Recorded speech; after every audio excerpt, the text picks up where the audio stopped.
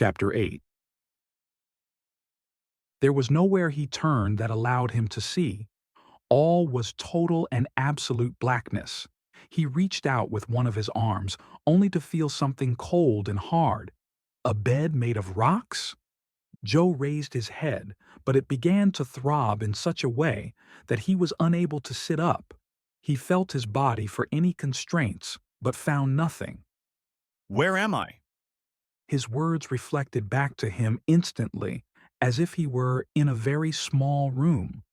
As his eyes adjusted to the blackness, he could see some light spilling between narrow seams in the wall. It must be a door, he thought. With concentrated effort, he stood to his feet and felt for a doorknob. His hand found a door of compressed leaves, and he slid the makeshift door open. The sudden flood of daylight caught him off guard. He closed his eyes, his hands covering them. He opened them slowly, blinking 100 times before he could tell that there were two beings in front of him, eyeing him with intense curiosity.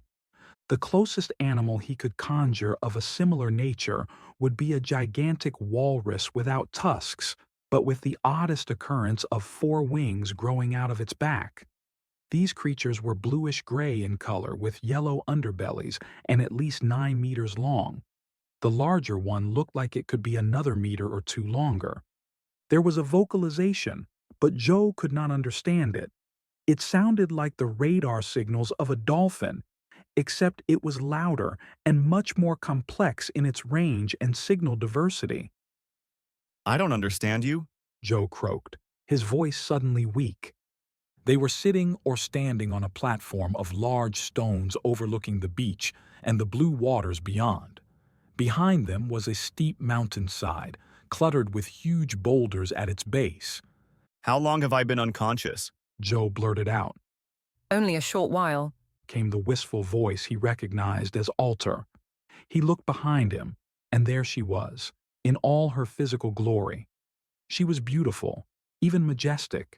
She was half deer and half human, and as she had said, she had graceful flowing wings that draped behind her in colors of magenta, lavender, and ochre. You are beautiful. Joe gushed. Amazing. I have never seen anything like you, and lately, I've seen some amazing creatures. if it's werewolves you're speaking of, I accept your kind words, but with humility aside, it is not a difficult proposition to exceed them in beauty. She smiled and then turned her attention to the 2 sea dragons. Joe was about to apologize. He clearly wasn't suggesting that werewolves were his standard bearers of beauty, but then he returned his attention to his strange reality, and his apology seemed trivial. Alter nodded to the sea dragons before them. I am here as their translator, and I am only here for that distinct purpose. One of the traits of my kind is that we are universal translators. We have never found a language we cannot understand, even plants and insects. I can even detect the meta-language of a being. What is that? In your case, I detect Mandarin.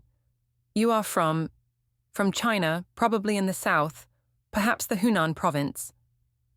How do you do that? Joe whispered, his face a contortion of amazement and wonder, forgetting for the moment that he had 2 massive sea dragons watching him from a few meters away. He found Alter far more interesting and certainly more beautiful. Alter cleared her throat and addressed the sea dragons in their radar-like language, while Joe watched, enthralled equally with her presence and talent. After a short exchange, she turned to Joe. They are interested in learning more about the proposal you bring from the werewolves. However, I should warn you that if you side with the werewolves, they will dismiss anything you say. Can you assure me you are impartial? Joe nodded. Yes, of course. Then please proceed to tell me the nature of their proposal. Go slow and be as thorough as you can. If I hold up my hand, please pause so I can translate, okay? Yes, I understand. Joe replied, watching as Alter moved from behind him to sit between himself and the 2 sea dragons. She positioned herself so she was facing Joe. May I sit too? Joe asked, Please. May I ask who I am addressing? Alter glanced back and exchanged a very brief exchange with her odd-looking companions. In your various mythologies, you have a creation story that spoke of the beginnings of a new species, a human species. They were called Adam and Eve. These are the Adam and Eve of sea dragons, as it pertains to their rung of the evolutionary ladder, the one called land mammals. Do you understand me? You're saying that they are the first of their species to leave the sea and explore the land? No, Alter shook her head. no, they are the first to stay on the land. You see, even Adam and Eve existed before they were the first humans of their era. There were many Adam and Eves. It just depends on which era you consider. Each era of evolution is a rung on an infinite ladder, and each rung has its Adam and Eve. I see. Joe said. Well, the proposal I've been asked to deliver on behalf of the werewolves is quite simple. They respectfully request that the sea dragons remain in the sea and do not compete with them for the land. Alter canted her head slightly. That is very succinct. Are you sure there isn't more to tell? Joe closed his eyes for a moment and then shook his head. Okay, I will deliver the message. She turned to the sea dragons, rotating her position 180 degrees. As she did so, her wings did the repositioning. Joe marveled at the magical essence of this enchanting servitor. Their radar language was as odd as the sea dragons themselves.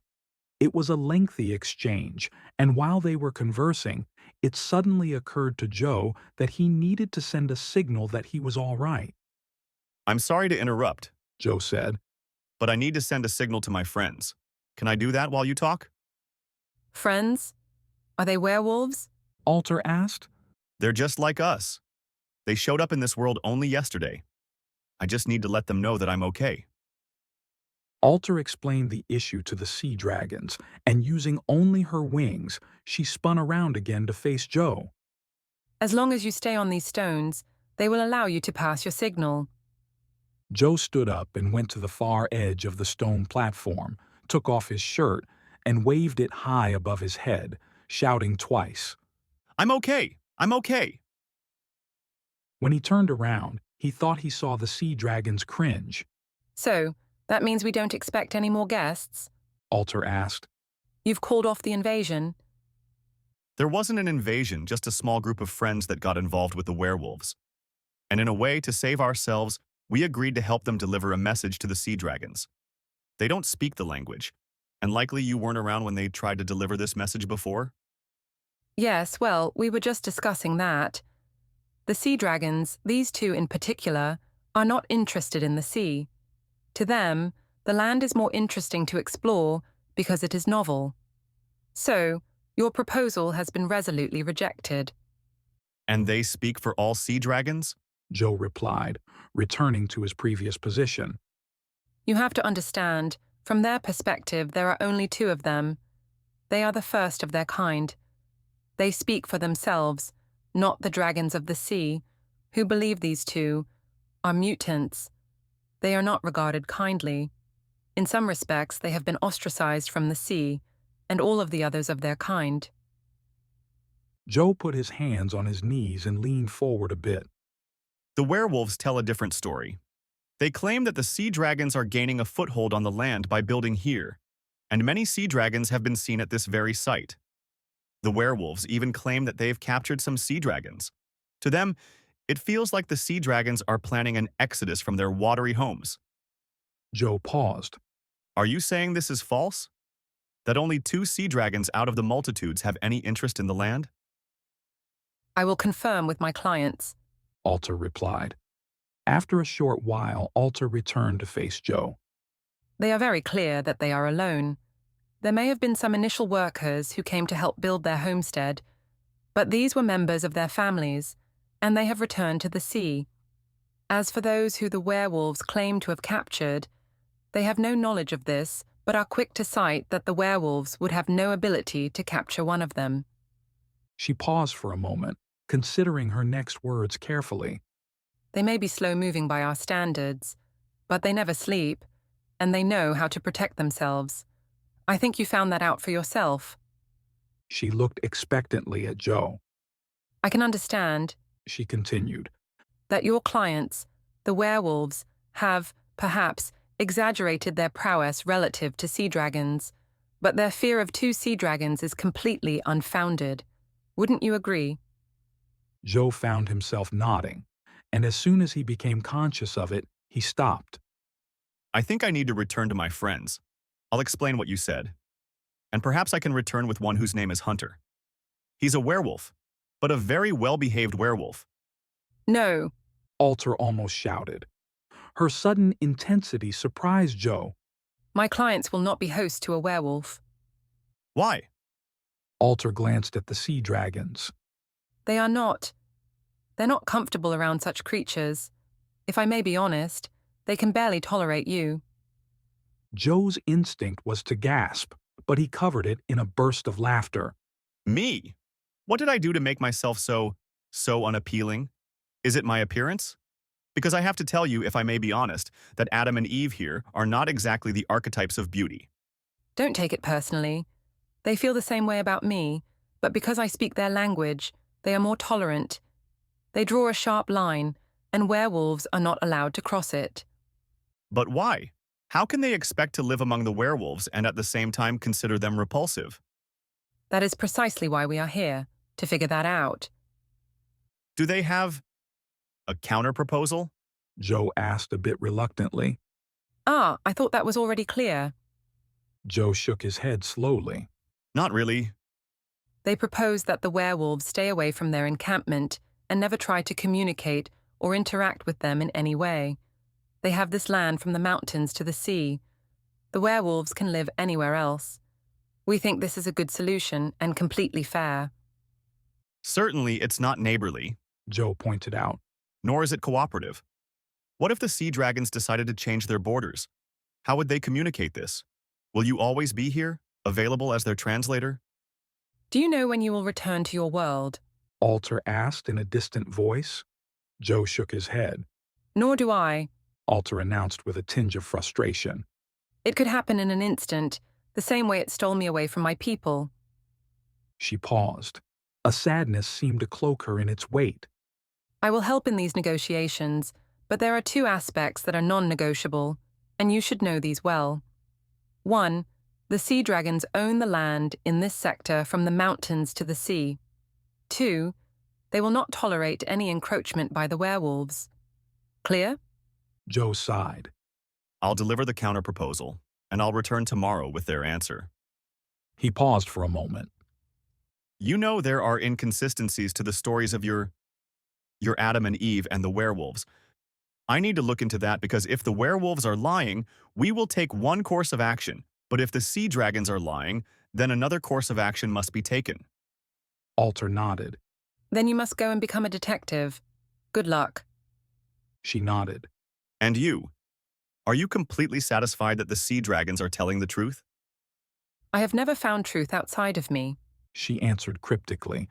and even when it is found inside of oneself, it only lasts a moment, and then that truth wavers like a heat wave under a sun until it is replaced by another truth. Are you suggesting it isn't worth trying to find the truth in this situation so two species can coexist in relative harmony? Joe asked, perplexity written on his face. Alter shook her deer-like head, complete with antlers.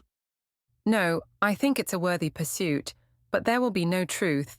I'm just a realist, so instead of truth, look for emotional justification for their fears. It is always fear that clouds truth. Alter stood up as if announcing their meeting had ended. Joe did the same. He nodded to the sea dragons, who then closed their bulbous eyes, shutting his image out of their mind.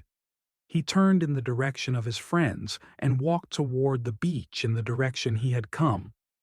A moment later, he took one look over his left shoulder, and to his amazement, the stone platform was completely empty.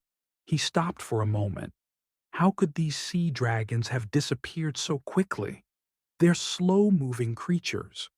His eyes scanned every place he could imagine that would have gone, But that little hut he had been in was too small for even one sea dragon, let alone two. He decided to move on and leave the mystery in the mystery.